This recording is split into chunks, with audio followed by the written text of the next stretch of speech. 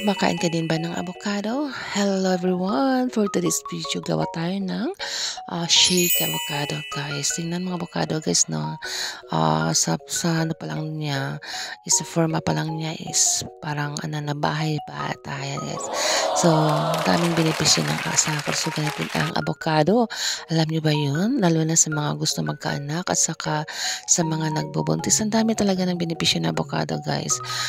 Yung herbal, yung dahon din niya pwede din natin gawing tsa, lalo na sa mga may problema sa platelets.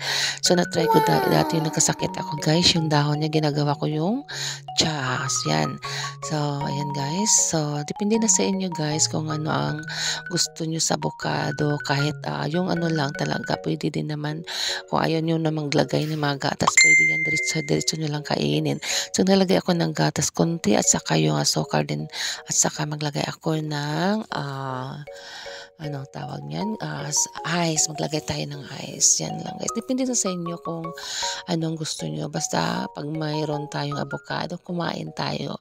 Pero huwag mo lang damihan. Yung tama-tama lang. Kasi pag marami, hindi din nakakabuti sa ating kalusugan. Yan guys. So tinatry ko din itong binili ko na bagong blender guys. So mas maganda kasi shake din minsan. Mag-shake-shake tayo. Ayan guys. So, thank you for watching guys. Salamat sa panonood. And then, follow for more. Ingat-ingat tayo and please share. Bye-bye. And God bless you. God bless us. Thank you.